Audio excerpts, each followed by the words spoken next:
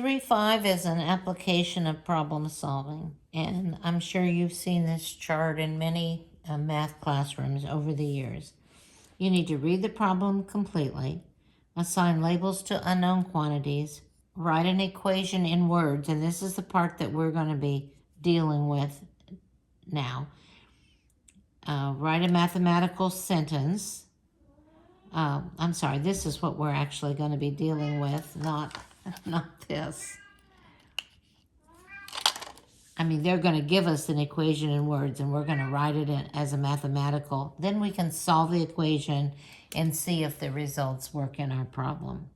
So we want to review these verbal statements, the words that are keys to operation. So in addition, we have the answer is the sum, plus, added to, more than, increased by.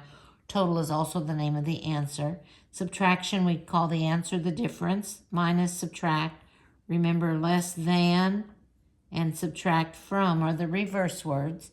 So if we have two quantities that one is less than the other, then when we write the subtraction, we'll switch them. And same thing, subtracted from, we'll switch them.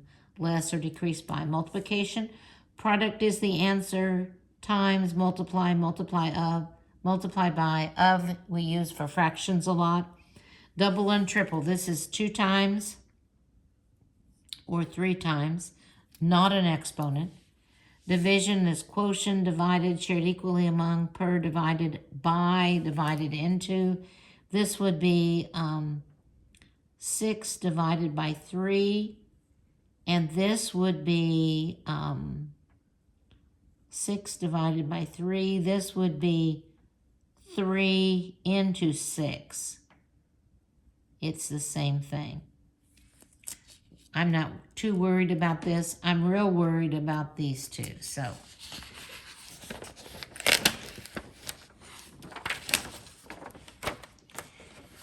here's just a reminder about than and from are reverse words which switch the order of the numbers when moving from words to an algebraic expression.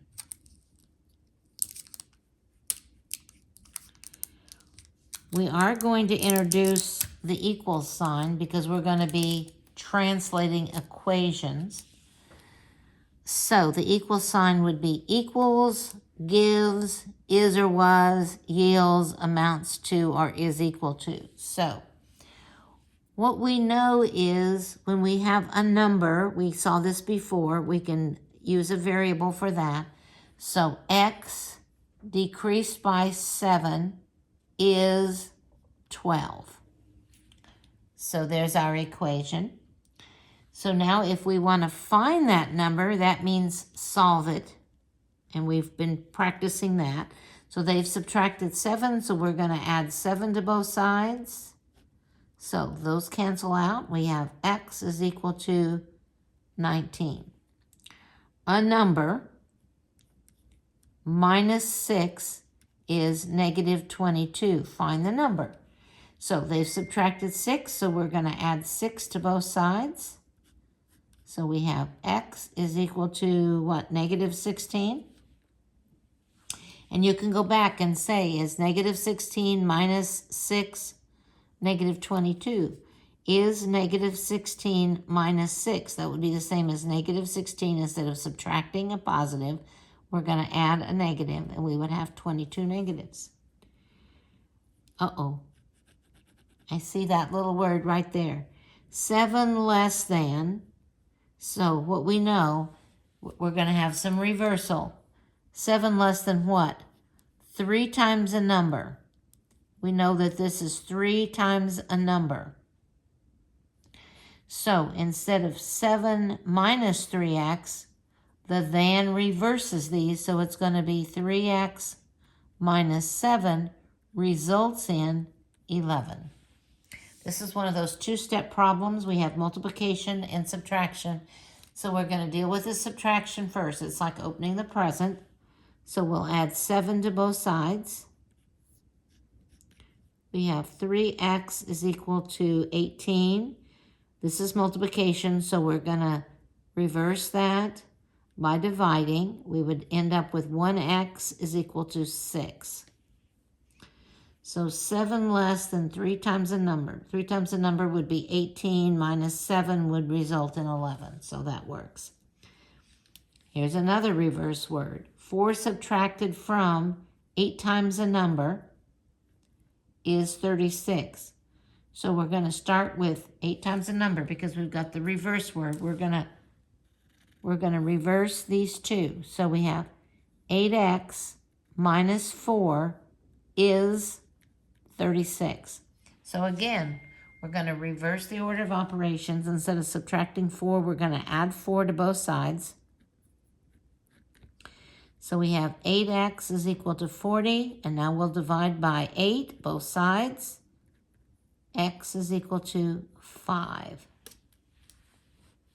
And again, when you solve these, I want to see this, I want to see this, and hopefully you'll get that. 2 times the sum of a number and 8 equals 38. So we know this is equals 38. That part's easy. 2 times the sum. So we're going to do 2 times the sum. 2 times the sum of what? A number and 8. X and 8. So we have the parentheses, and we're going to use the distributive property. So we have 2x plus 16 is equal to 38. So now we have a problem similar to these that we did before. We're going to get rid of the 16 first. It's addition, so we're going to subtract 16 or add negative 16 to both sides. Those are gone. We have 2x is equal to 22. And now we're going to divide both sides by 2. And I don't have any room to do that, so I'll just write that up here. 2x is equal to 22. We're going to divide both sides by 2. So we have 1x is equal to 11. Now, the very last one. 8 added to twice a number. 8 added to twice a number. That's 2 times a number. So 2 times x is 22. So we have addition and we have multiplication. And remember, we're going to unwrap that package.